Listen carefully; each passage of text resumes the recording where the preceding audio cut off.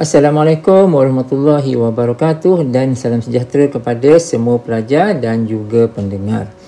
Okey, so kita sambung perbincangan kita bagi exercise sequence and series. Now we look at number 23. Apa diminta kat sini? Dia minta determine whether the given series is converge ataupun diverge. Right? So dekat sini ditunjukkan kaedah bagaimana comparison test akan kita gunakan. So as we can see here dekat sini, kita ada apa kat sini? Kita ada, ini adalah yang diberi dalam soalan, iaitu yang ini kan. Lepas tu ini apa? Ini adalah what we call the comparative function. So sebenarnya kita nak bergerak melalui yang ini.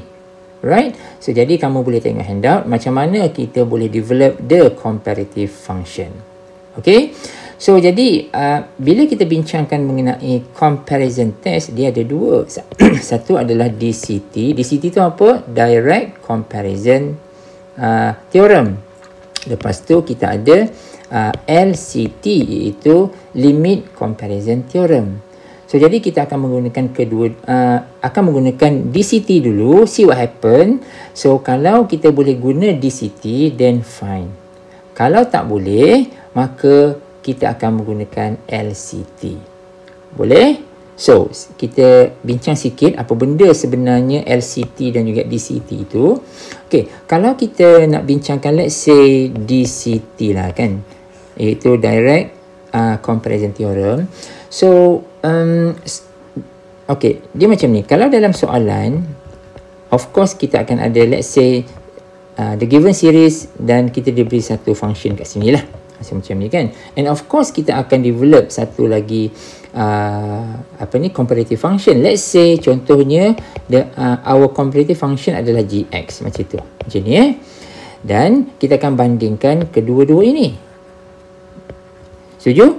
So, jadi kita akan ada macam ni. So kita akan ada fx dekat sini satu lagi kita ada gx. Betul tak? Lepas tu kita akan buat apa? Kita akan masukkan beberapa nilai, satu atau dua nilai, satu nilai pun dah cukup, ke dalam fx, the original function yang diberi dalam soalan, dan juga ambil satu contoh, masukkan ke dalam kita punya comparative function. Tengok yang mana satu lebih besar. So jadi ada dua kemungkinan. Yang pertama, mungkin fx ini let's say lebih kecil daripada gx. Satu lagi kemungkinan, mungkin juga fx ini lebih besar daripada gx. Clear? So yang itu so ada dua kemungkinan. So kalau kita lihat satu persatu, let's say we look at nombor satu, kemudian kita bincang nombor dua. Okay, dari sini apa yang kita nampak? Kita nampak tak dari sini, ini macam ada arah nak panah ke arah sana, betul tak? Ke arah sana kan? So, yang ini pula arah nak panah ke arah sana. So, by looking at the direction yang macam tu, kamu tengok yang mana part yang lebih besar lah. Contohnya, ini kan part lebih besar, betul tak? GL lebih besar daripada FX kan? Yang ini pula FX lebih besar daripada GX. So, daripada sini yang lebih besar ini, maknanya kalau GX ini converge, maka fx ini converge. Clear? Boleh? Nampak So maknanya kita memang nak bergerak daripada gx. Might as well inilah yang kita nak gunakan sebenarnya. Sama juga kalau kita tengok yang kedua ini kan lebih besar kan? So maknanya kalau fx ini converge, maka gx ini pun akan converge juga. Clear? Boleh? So kita buat satu-satu sekejap. Saya tulis balik. Jika gx ini converge, maka fx ini akan, ataupun saya buat g je lah Kalau g ni converge, maka f ini akan converge. Yang ini pula, kalau f ini converge, maka gx ini converge. Okey, ini yang nombor satu. Ada satu lagi kalau kita nak patah balik. Let's say kita bincangkan yang ini dulu. Kalau kita patah balik, tadi kita bincang kalau G converge, maka F converge. Kalau nak patah balik, kita sebut kalau F diverge, maka G diverge. Clear? Okey, jadi dekat sini, maka satu lagi adalah kalau F diverge, maka G diverge. Boleh? So, untuk yang kotak yang nombor 2 ni pula, kita patah balik. Kalau nak patah balik, kalau G diverge, maka F diverge. Ini dua benda penting yang kita kena tahu. Boleh? So, isu dia adalah, yang paling penting adalah kita nak bergerak daripada sini. Okay, now, ini adalah DCT. Bagaimana pula kalau situasi ni macam ni? Let's say GX ini, katakan bila kita uji yang ini, tiba-tiba dia adalah diverge. Sebab, kalau situasinya adalah yang ini, kita mengharapkan, by using any test yang kita akan pilih nanti, kita harapkan GX ini, hopefully dia converge lah. Sebab, kalau converge, senang kita buat justification macam ni. Kalau kita check G tu converge, automatically F tu kan susah kan? F tu pun converge juga. So, kalau situasi berlaku, let's say GX itu adalah diverge. Apa nak buat? Boleh tak kita guna teorem ini? Tak boleh kan? Tak boleh. So, kalau tak boleh, maka dekat sinilah LCT mainkan peranan dia. Clear? Okey, untuk kotak yang nombor 2 pula, mula-mula kita kena set up ini dulu. Let's say tandaan inequality dia adalah Fx lebih besar daripada Gx. Now, kita mengharapkan dekat sini, by using a suitable test, kita mengharapkan supaya yang ini, yang Gx ini mesti diverge. Kita nak pakai yang ini. Kan? Kalau G ni diverge, senang kita buat conclusion, F pun diverge juga. Nampak? So, kita mengharapkan G tu biarlah dia diverge. Tetapi, kalau G ini tiba-tiba converge, maka DCT tak boleh guna. Clear?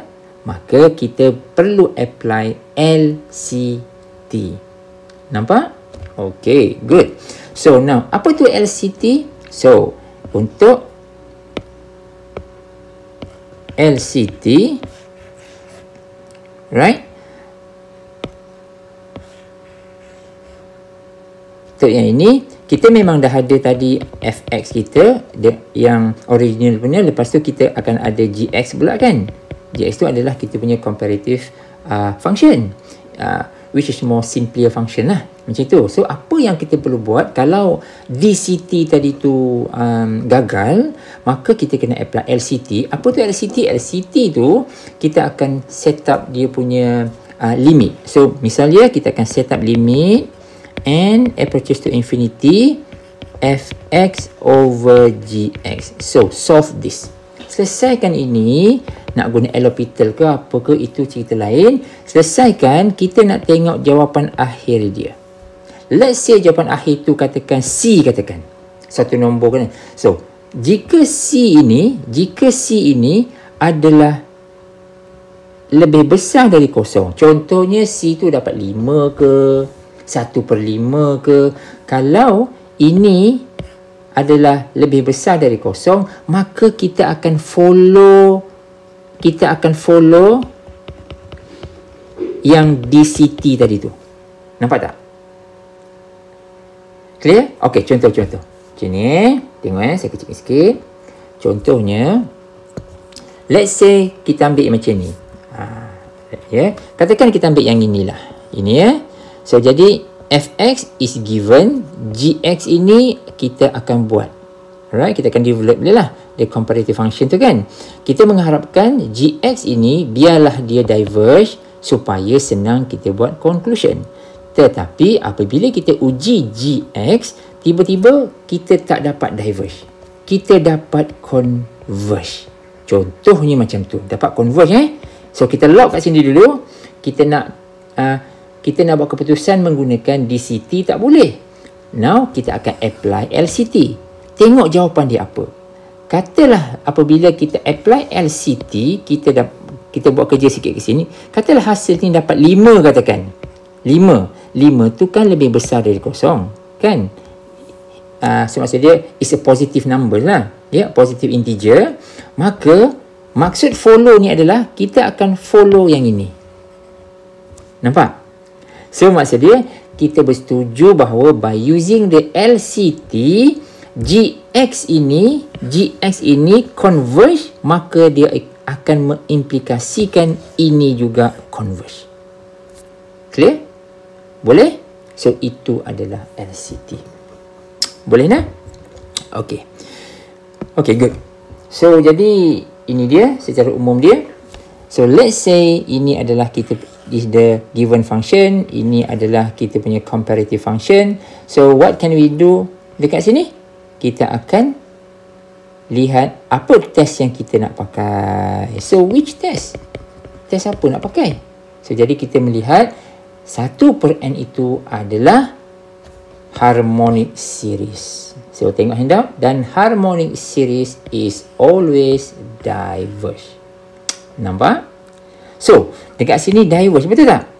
So tandaan dia adalah lebih besar, kan? So ini diverge. Cuba tengok balik template kita yang ni. Mana dia? Tandaan dia lebih besar, betul? Lepas tu ini diverge. Nampak? Boleh tak kita buat conclusion ini juga diverge? Yes, boleh, by using the direct comparison theorem. Kamu nampak? Alright. So inilah dia. Kamu nampak So jadi berdasarkan direct comparison theorem, oleh kerana ini diverge, kita guna harmonik tadi, maka kita boleh concludekan the given series ini juga adalah diverge. Nampak tak? Right? Okay, good. Now, selain daripada comparison test, boleh ke kita guna test yang lain? Jawapannya boleh. Kalau kamu nak guna, let's say integral test. Sebab ini is an open question. Dia tak ada arahan nak guna test yang apa. Jadi kalau kamu nak guna integral test, don't worry, kamu still boleh gunakan sini. So saya tunjukkan kat sini ya. So ingat semula integral test tu macam mana? Yang pertama sekali kena dapatkan f prime dia mesti decrease. Lepas tu kita akan solve the improper integral. So saya tunjukkan sikit kat sini, kamu boleh lihat. Ini dia, dapat benda yang sama juga. So jadi apabila kita dapat tunjukkan dia adalah decrease, lepas tu the improper integral, last kali bla bla bla, kita dapat tunjukkan dia adalah infinity, maka dia diverge lah.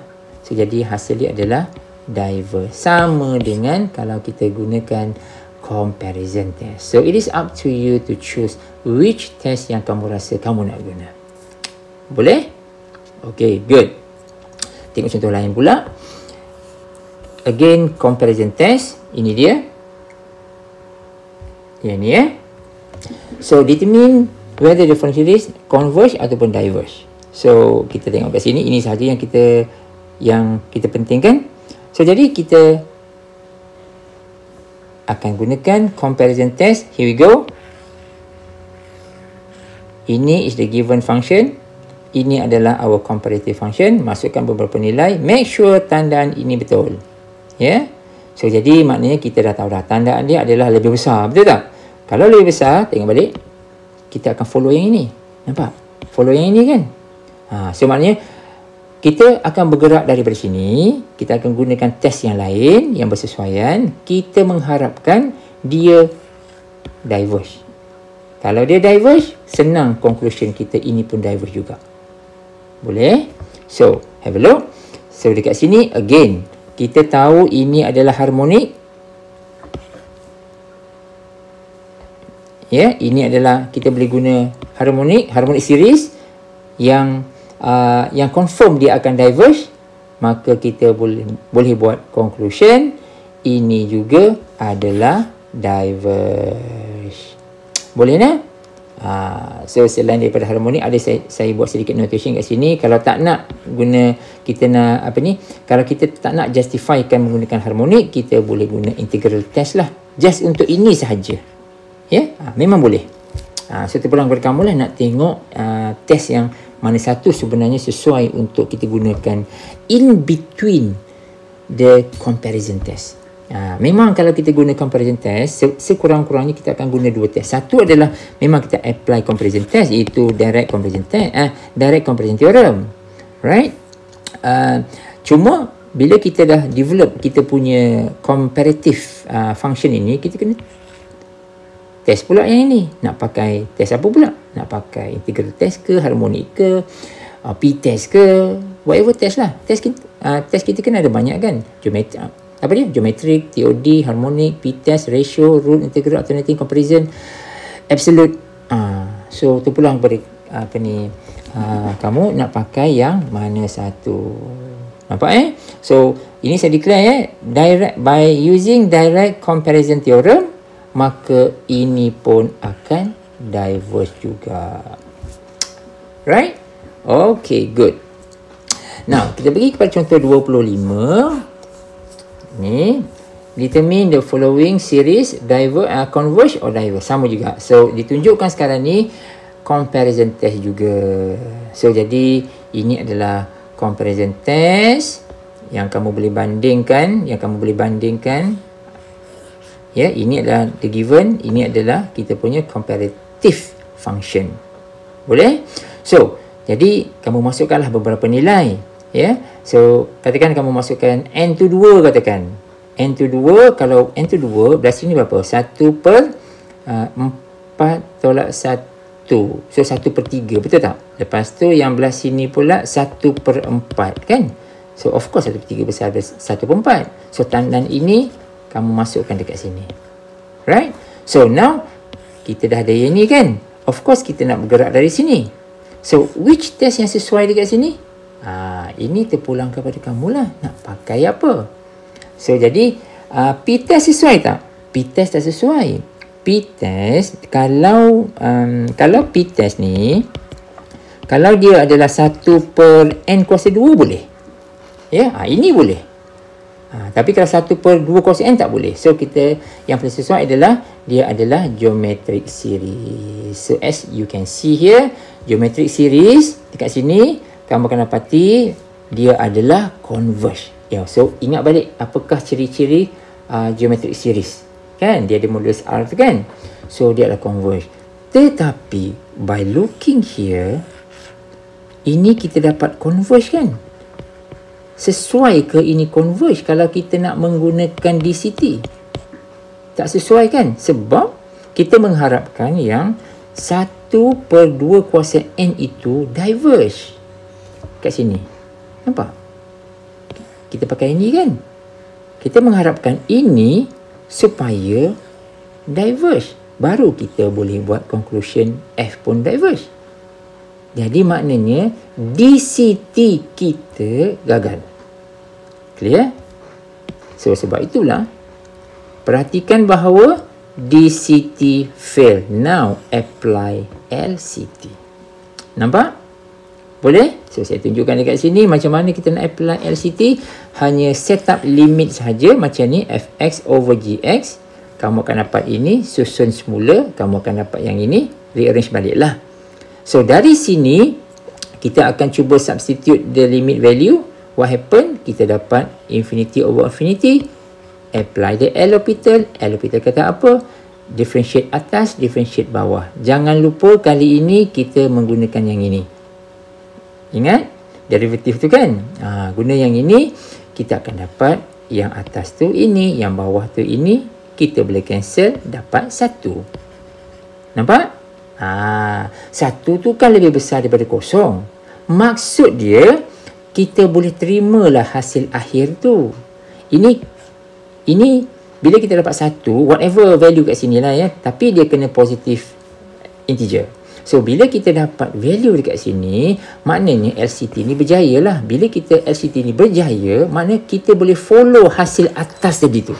Hasil atas kata apa? Hasil atas bila pakai geometrik, dia kata converge kan? Tadi converge ini, kita guna DCT tak jadi.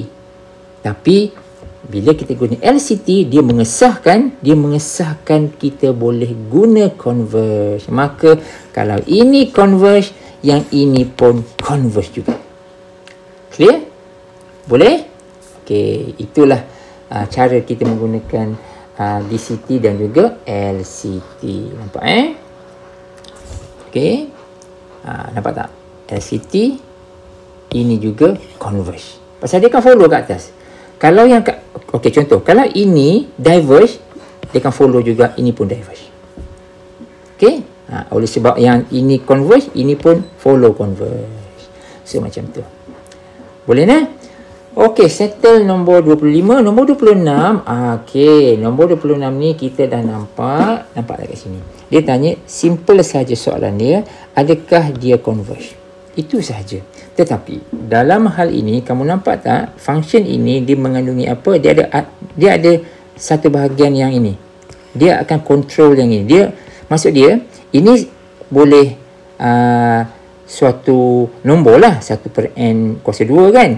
Tetapi kehadiran negatif 1 dekat sini, negatif 1 power of n plus 1, dia akan kontrolkan supaya siri tersebut akan ada tandaan positif dan juga negatif.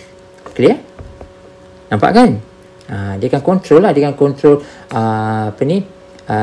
1 tolak 1/4 tambah 1/9 tolak 1/16 tambah 1/25. Nampak tak siri dia fluctuate di antara tandaan positif dan negatif.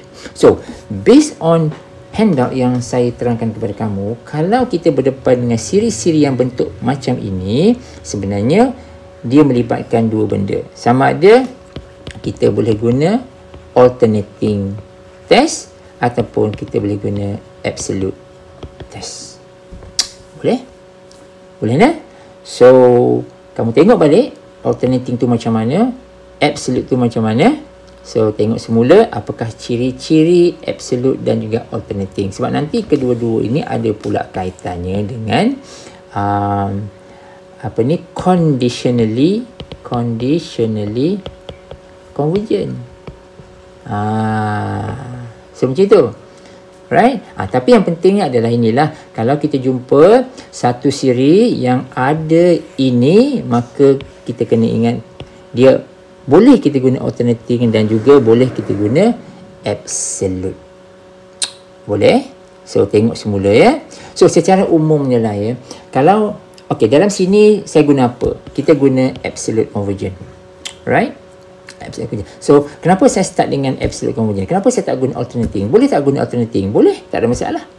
Ya, cumanya nanti apabila kalau kita membincangkan something mengenai, let's say, something mengenai sebagai contoh lah ya, katakan kalau ada soalan yang berkenaan dengan, let's say,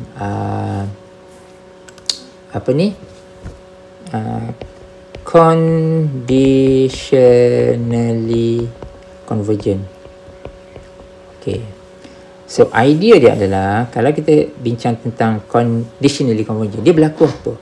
So, kita akan ada dua test terutamanya siri yang ada plus minus. Ya, siri yang ada plus minus. So, maksudnya dekat depan tu dia mesti ada -1. Tak kisahlah ini n plus 1 ke, n minus 1 ke, ataupun n ke. Tapi dia ada control part yang dia akan siri tu ada plus minus. So macam tu. So jadi bila kita nak menentukan dia adalah conditionally converge ke atau tidak, biasanya kita akan cuba dua test. Sebab dua test ni yang interrelated dengan adanya -1 dekat sebelah ni. Yang ini. So, yang pertama sekali kita akan cuba apa? Kita akan cuba absolute convergent. Kita akan cuba absolute convergent test. Lepas tu kita akan cuba pula alternating. Ini. So, jadi maknanya kita ada dua benda. Sebenarnya kita boleh gunalah maknanya. Kalau jumpa je term yang macam ni, alternating boleh guna, absolute boleh guna. Cumanya kenapa saya biasa start dengan absolute? Sebab kalau kita guna absolute, kalau dekat sini, let's say kalau dekat sini converge, kalau dekat ni nombor berapa ni sebenarnya? 26. So, okay, kalau dekat sini converge, kita guna absolute. Kalau kita guna absolute converge, alternating tak payah buat. Sebab ini dah sah-sah dia akan converge. Clear? So, maknanya, kalau sini converge, maka hasil akhirnya confirm dia akan converge juga. Clear? Boleh? Boleh nah? So, kalau kita guna absolute, katalah absolute tu, kita dapat diverge. Kita dapat diverge. Contoh diverge Lepas tu, kita guna alternating, kita dapat diverge juga. Right? So, dalam hal, okay, sini memang dah converge lah ya. Kalau yang ini, diverge, hasil akhir kita memang akan dapat diverge. Clear?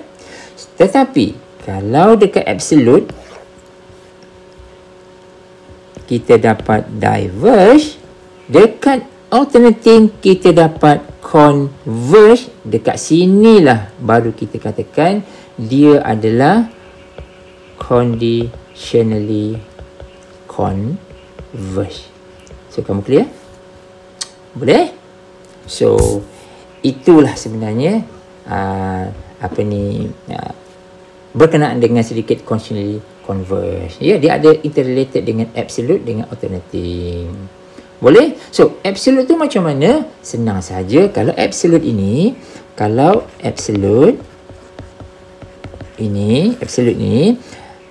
series asal ni memang ada macam ni. Katalah n plus 1 lepas tu adalah function dia kan. So, kita tahu dah. Kita boleh guna absolute ataupun kita boleh guna alternating, right? So, sekarang ni, kalau kita guna absolute, maknanya kita akan, pertama, akan ambil the positive part. Positive AN lah katanya. Maksudnya, AN tu yang ni lah. Ini kan, yang only this part. Kita ambil ini je. Jangan ambil ini pula. Sebab ini dia punya control part. Kan? Dia akan kawal dia punya positif negatif. Kita ambil yang AN. Lepas tu kita akan choose nombor 2. Kita akan choose any suitable test. Kamu pilihlah apa-apa test yang kamu nak. P-test, integral test, TOD dan sebagainya. Jangan ambil alternating aja. Ya, itu absolute. Tapi kalau alternating,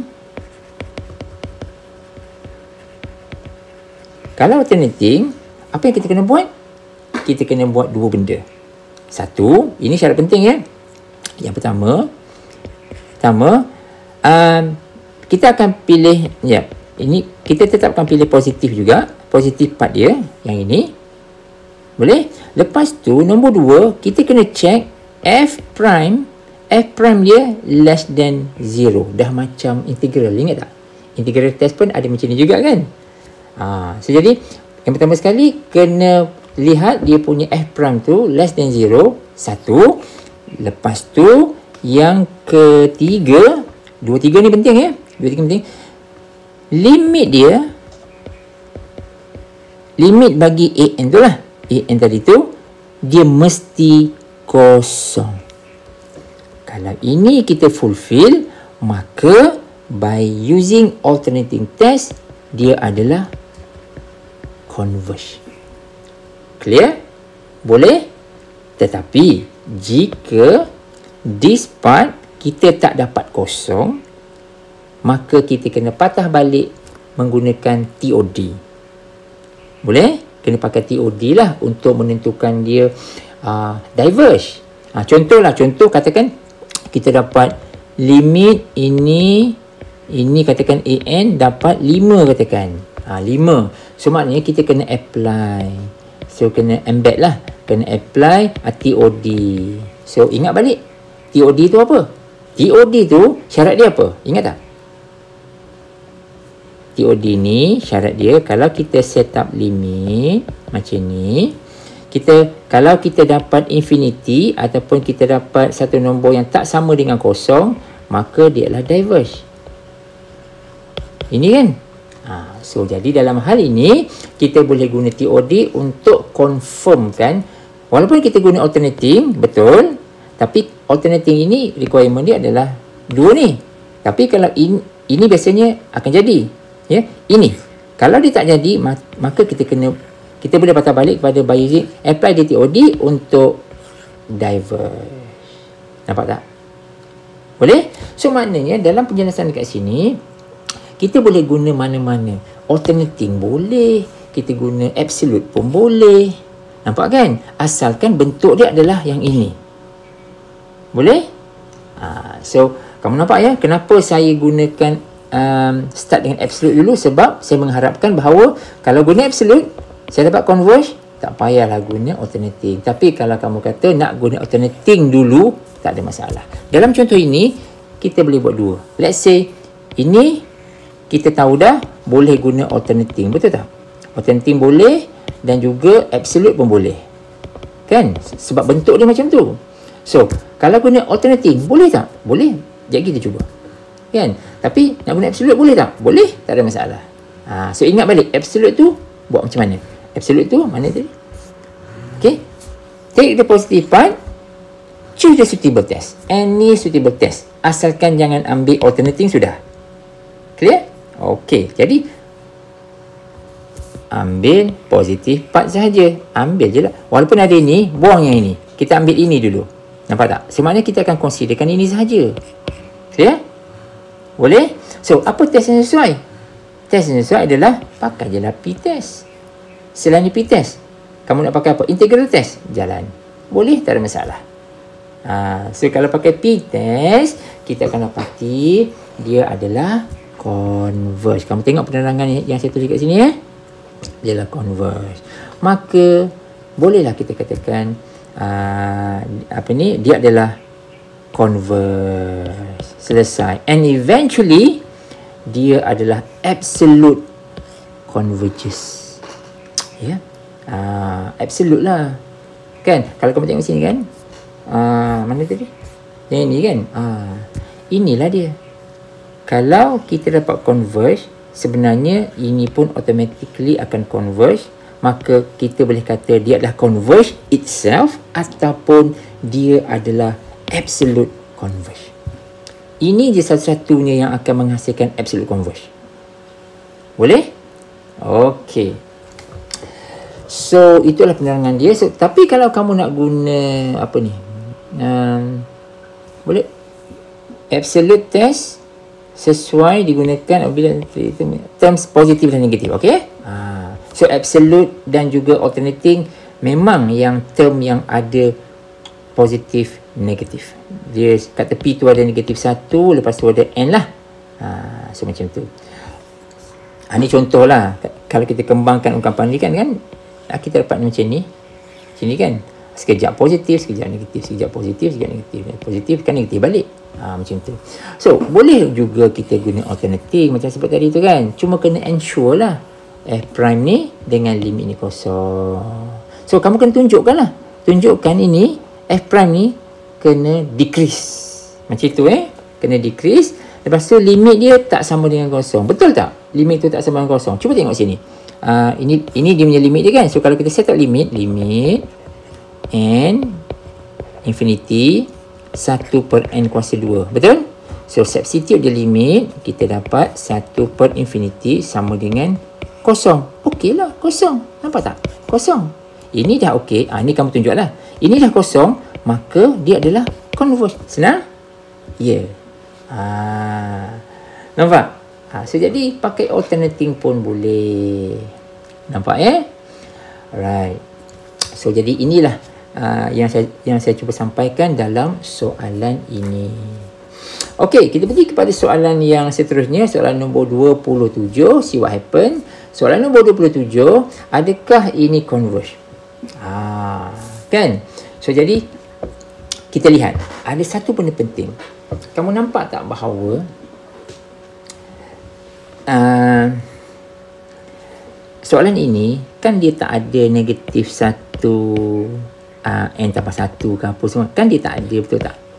Soalan macam ni memang agak tricky sikit. So sebab kalau kamu dapat soalan macam ni, by right apa yang cara yang kamu mungkin boleh pakai? Yang macam dia, apa test yang kamu rasa nak pakai? Kalau nampak macam ni, kita akan pakai, mungkin kamu akan pakai comparison test, betul tak? Kamu akan comparekan di antara sin n dengan n kuasa 2, comparekan dengan 1 per n ataupun 1 per n kuasa 2. Contoh macam tu. Dan kamu check lah dia punya inequalities dia.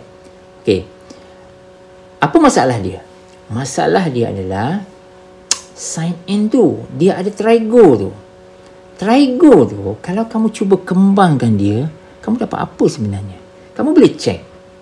Sebenarnya bila kita kembangkan, bila nilai tu terlalu besar, sebab nilai tu sampai infinity tau. So, kita ambil contoh aja. Kalau sin 3, sin 1, sin 2, sin 3, dia positif. Tapi kalau sin yang cukup besar, sin 100 berapa? Kejap. Sin 100, sin 100 masih lagi positif. Tapi kalau sin 1000 dia negatif. Jadi, sebenarnya, sin n over n kuasa 2 tu sebenarnya dia mengandungi term yang positif dan negatif. Right? Walaupun dia tak tulis kan. Dia tak tulis yang ini macam ni kan. Dia tak tulis. Tapi by right kembangan itu ada positif dan juga negatif. Boleh tak kita pakai absolute? Boleh. Boleh tak kita pakai alternating? Ya, boleh. Kamu nampak? Right. So ditunjukkan sekarang ini kita guna absolute test. Ada notation dekat sini. Alternating test boleh guna, tapi mungkin sukar dibuat terutamanya untuk justifikan f prime tu. Saya takut kita confuse. So maknanya kita cubalah absolute dulu. Kalau tak baru kita cuba alternating. Sebab apa? Okey, tengok Cuba kamu tengok sini. Kan dalam alternating kamu tengok alternating kita mana dia? Okey, pertama kita ambil yang positif part. Lepas tu kita nak cari f prime dia kan. Okey, cuba kamu kita buat f prime dia apa? Okey, f prime dia apa? F prime, katakanlah kita ambil sin x over x kuasa 2. Ini sebab kita nak cari f prime dia. Ini katakan f macam ni. F prime dia, kamu dapat apa kat sini? Kita dapat yang bawah ni akan jadi x kuasa 4. Betul tak?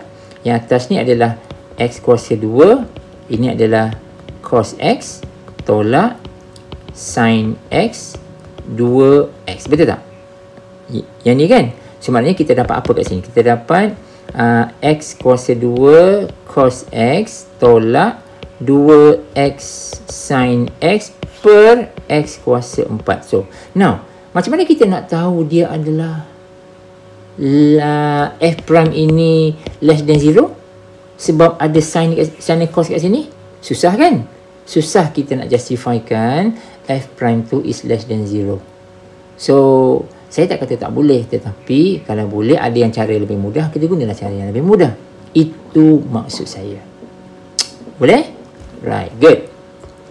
So, jadi dekat sini, saya tak kata tak boleh Boleh. Ini boleh. Tapi, susah kita nak justifikan dia. Jadi, maknanya, kita guna je lah absolute test ni.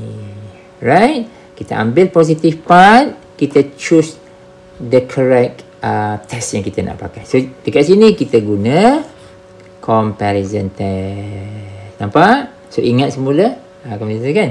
So, maknanya dekat sini kita ini melihat sebagai p-test dan dia adalah converge. So, by DCT, maka dia ini adalah converge juga. So, ingat balik. Benda macam tu.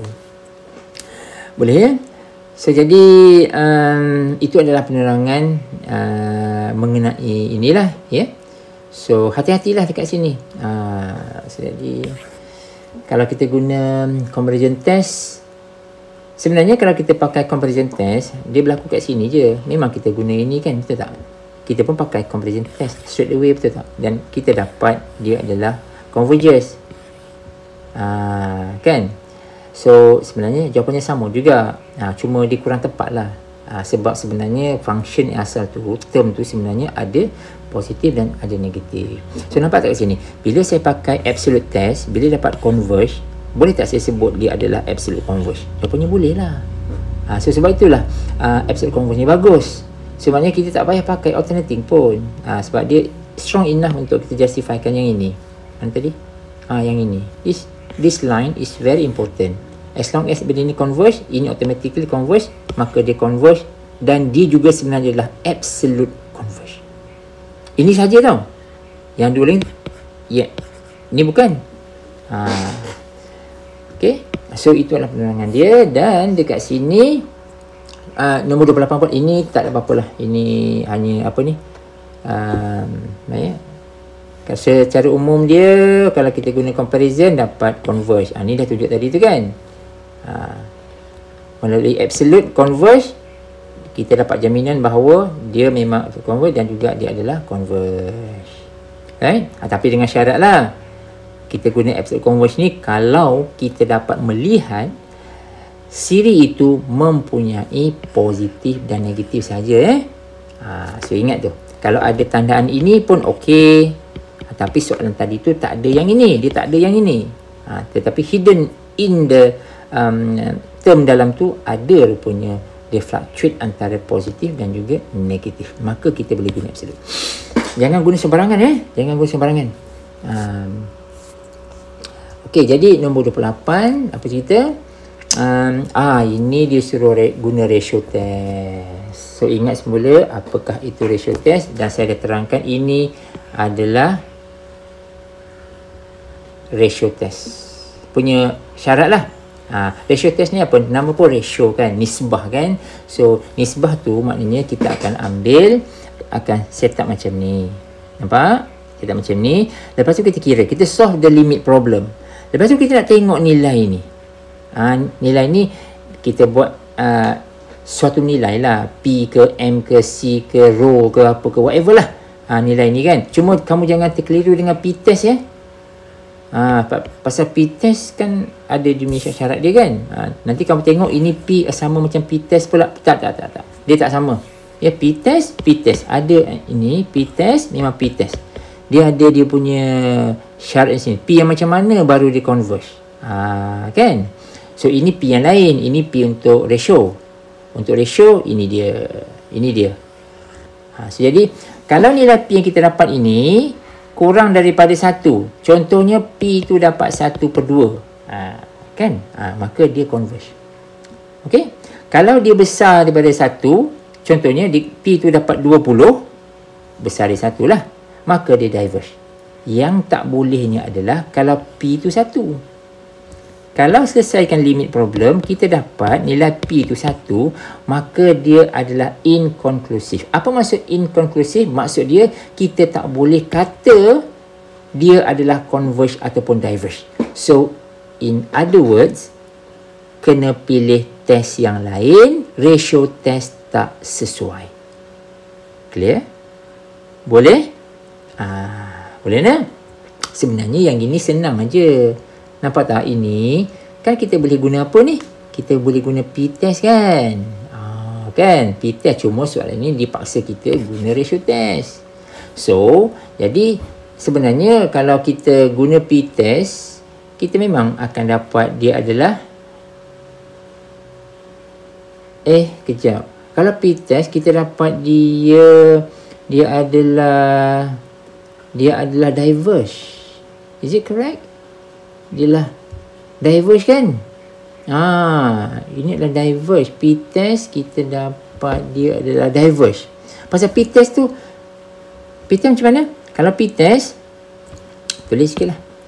P-test sini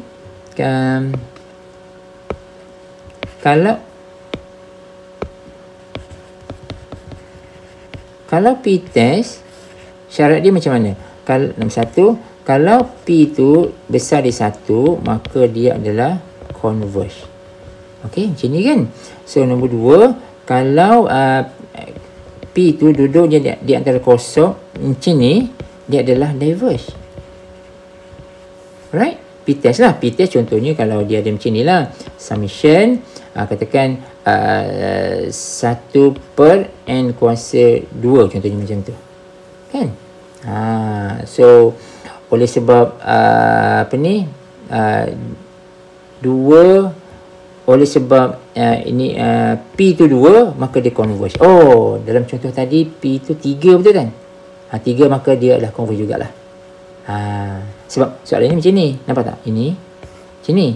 Maka P tu berapa? P tu adalah 3. Maka kalau 3 dia adalah converge. Okey? So kita dah tahu dah boleh agak dah. Kalau tak nak pakai ratio test, kita pakai P-test, maka dah tahu dah dia mesti converge punya. Alright? So kita cubalah ratio test, tengok apa cerita kan.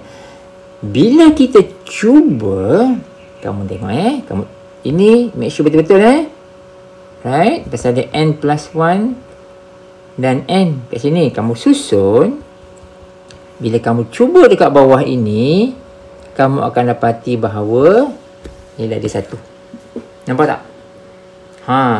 Dia tak boleh 1. Sebab kalau 1, kalau guna ratio test, pakai dapat 1, dia adalah inconclusive. Dia mungkin boleh converge, dia mungkin boleh diverge. Right? So, in other words, sebenarnya penggunaan ratio test ni tak sesuai. So, saya buat notation kat sini. Yang ni kamu tengok ya. Ini. Right? So, jadi sebenarnya need other convergent test to be used. Jadi, kita boleh mencadangkan boleh guna P-test, boleh guna integral test. Cuma untuk menjawab soalan ini, maksud dia kan soalan ini dia suruh by using ratio test, betul tak? So jawapan kita adalah kita dah guna ratio test, tapi kita punya conclusion kita adalah inconclusive. Other test is required. Tak payah jawab pakai P-test kan. So kita jawab soalan tu sendiri. Soalan tu suruh guna ratio test dan kita jawab ratio test punya hasil. That's it. Boleh tak? So, integral test boleh, P-test boleh. Okey, itu soalan nombor 28. Now, soalan nombor 29. Investigate the convergence untuk ini. Macam ni kan. So, jadi ini tak melibatkan tak melibatkan trigo dan should be okay lah. So, jadi bolehkah kita guna absolute test? Jangan pakailah.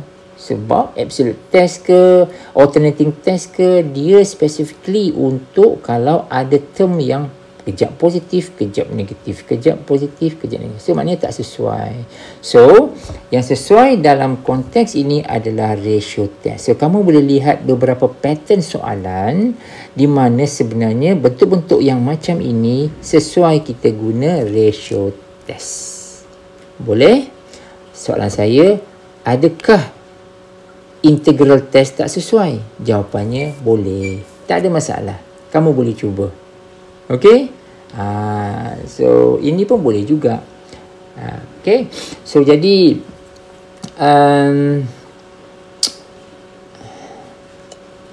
boleh tak?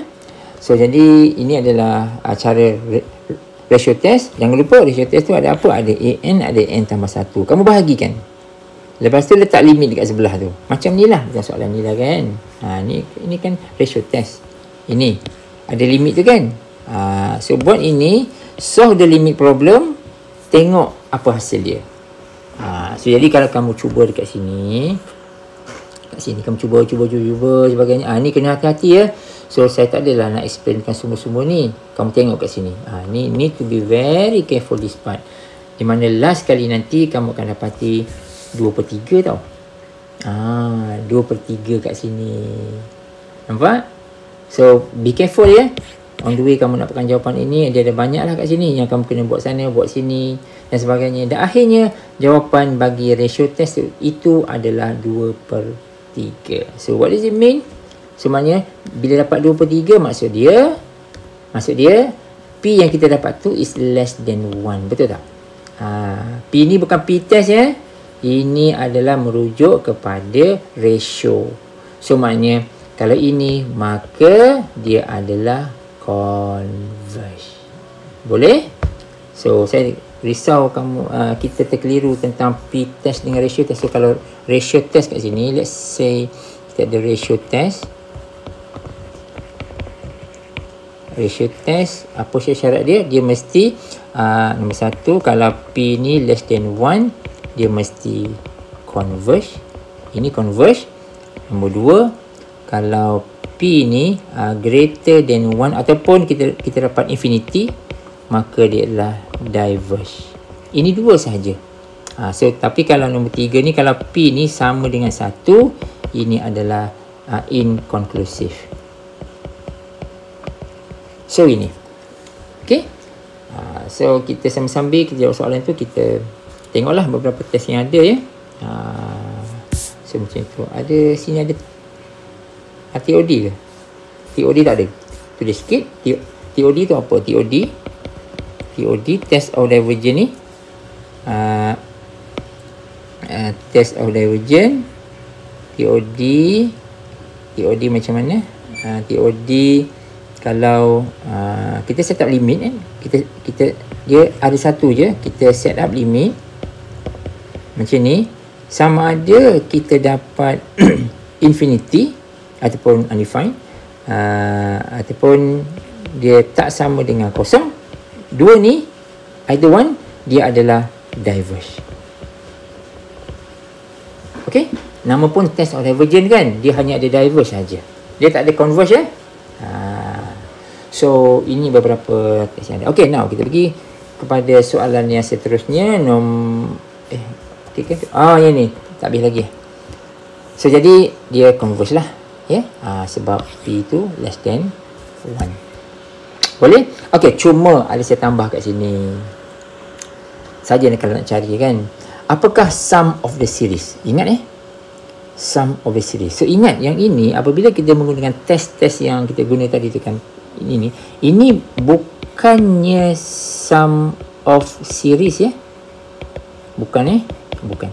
Cuma soalan ini sebenarnya kita boleh cari sum of series sebab kita dapat kaitkan dia dengan geometri. Kan? So kamu tengok kat sini macam saya buat. Ini soalan asal.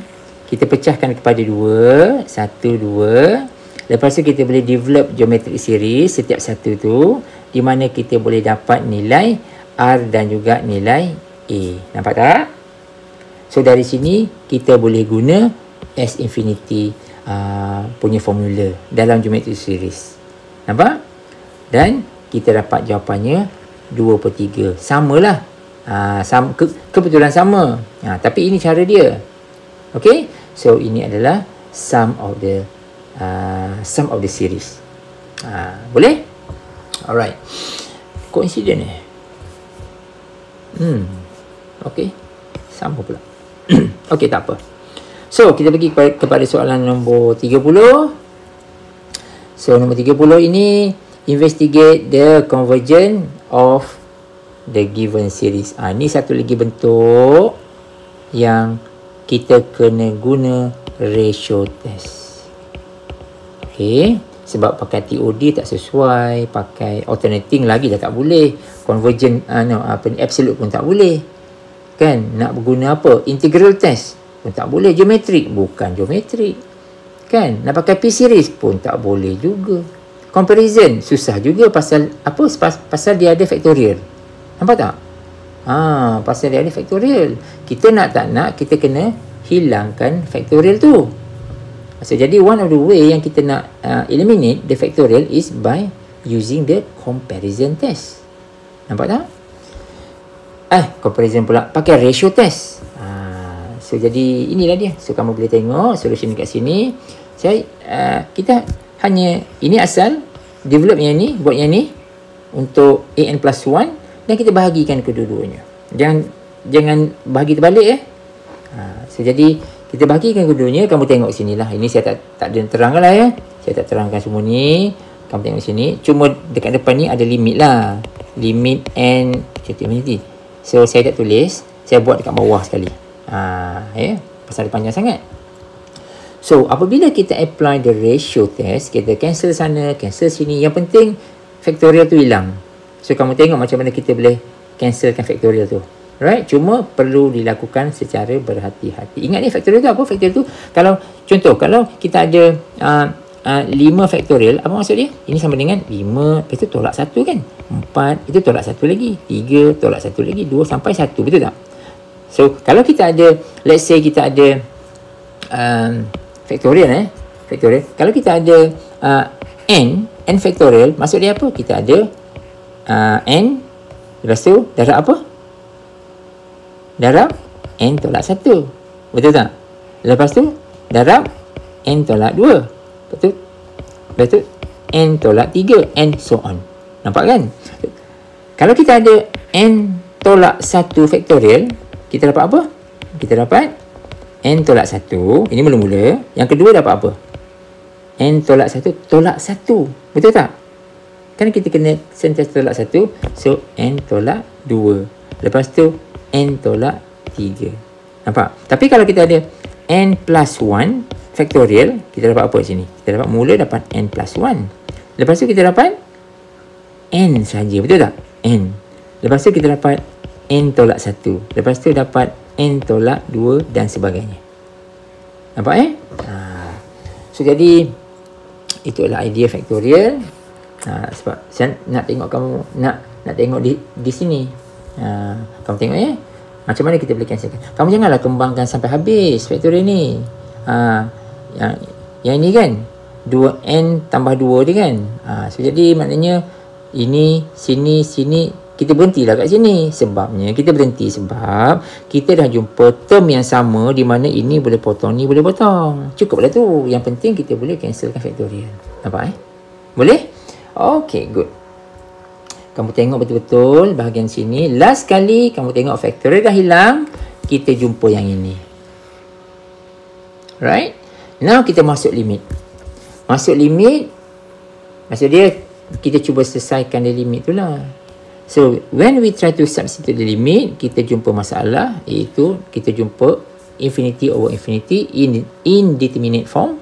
We are going to apply the L'Hopital. Bukan sekali, tapi 2 kali. Kamu cubalah. So, bila kita tengok, kita dapat jawapan dia adalah 4. Okay, so P tu sama dengan 4 lah. Kan? So, P tu dengan 4, dia lebih besar daripada 1. Kalau besar daripada 1, dia adalah diverge. Kan? Yang ini. Mana ratio? Ni? Kan tadi P kita sama dengan 4 kan? 4 tu besar dari 1, maka dia diverge lah. Nampak? So, jadi, itu adalah penjelasan bagi soalan nombor 30. Okay?